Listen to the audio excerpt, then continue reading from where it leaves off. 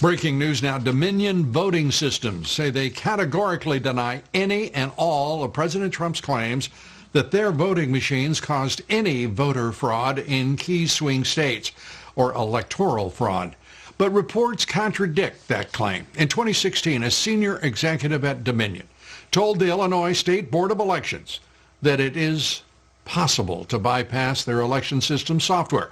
Here's what the vice president of engineering at Dominion at that time, Eric Coomer, told the board during a meeting in good old Cook County.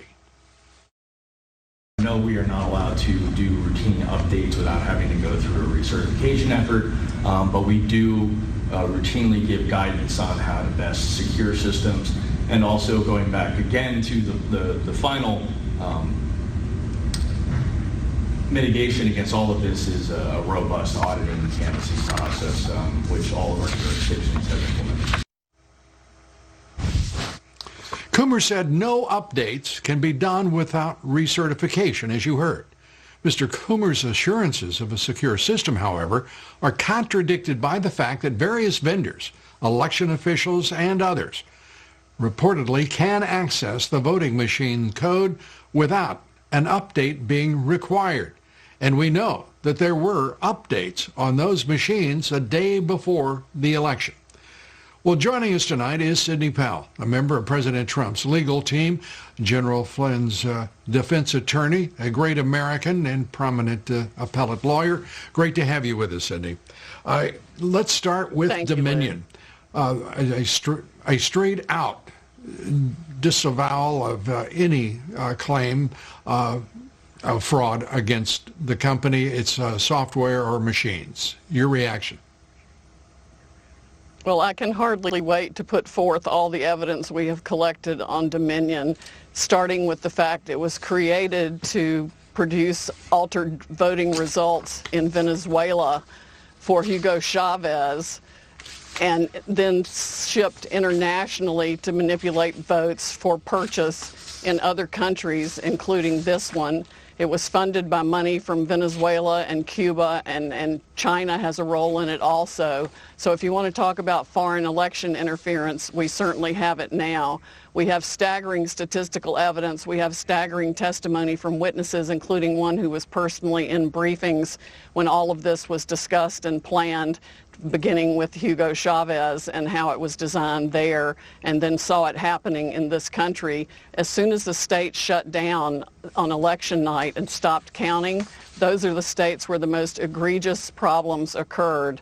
We also need to look at, and we're beginning to collect evidence on the financial interests of some of the governors and secretaries of state who actually bought into the Dominion systems, surprisingly enough. Hunter Biden type graft to line their own pockets by getting a voting machine in that would either make sure their election was successful or they got money for their family from it. Well, that's straightforward. It may take, you're going to have to be quick to go through and to produce that investigation and the results of it. The December deadlines are approaching for electors, and just as we saw in 2000 with Bush v. Gore, how critical are those deadlines, and how urgent does that make your investigation and discovery? Well, for fraud this serious, I think even if the states are stupid enough to go ahead and certify the votes where we know the machines were operating and producing altered election results, if they're stupid enough to do that, then they will be set aside by the fraud also. I mean, we are talking about hundreds of thousands of votes. President Trump won this election in a landslide. It's going to be irrefutable, and patriots are coming forward every day, all day, faster than we can collect their information with testimony they're willing to give under oath about how their votes were stolen and how the machines operated. They were updated the night of the election, sometimes after the election. We've got statistical evidence that shows hundreds of thousands of votes being just put in and replicated. It's going to be, there needs to be a massive criminal investigation, and it's going to affect millions of voters and elections. With these allegations, these charges, is the FBI already carrying out an investigation of these voting companies where their servers are domiciled? And in at least three instances, we know they're in foreign countries. Tell us where the Justice Department is in all of this. I wish I knew. I'm not on the inside, so I'm not privy to that information. I know that even Democratic senators and congresspeople for years have reported problems with this system to the FBI and to the government, and nobody's done a blooming thing about it. The people in the election security part of the Department of Homeland Security need to be fired yesterday. They're absolutely ridiculous. Of course, Chris Wray needs to be fired too, because the only FBI interview of any witness was to intimidate him and try to get him to change his truthful testimony 4 hours by an anti-Trump FBI agent. They still have politics infecting the FBI instead of just following the law. We are on the precipice of, this is essentially a new American revolution. And anybody who wants this country to remain free needs to step up right now. These are federal felonies. Altering a vote or changing a ballot is a federal felony. People need to come forward now and get on the right side of this issue and report the fraud they know existed in Dominion voting systems, because that's what it was created to do. It was its sole original purpose. It has been used all over the world to defy the will of people who wanted freedom.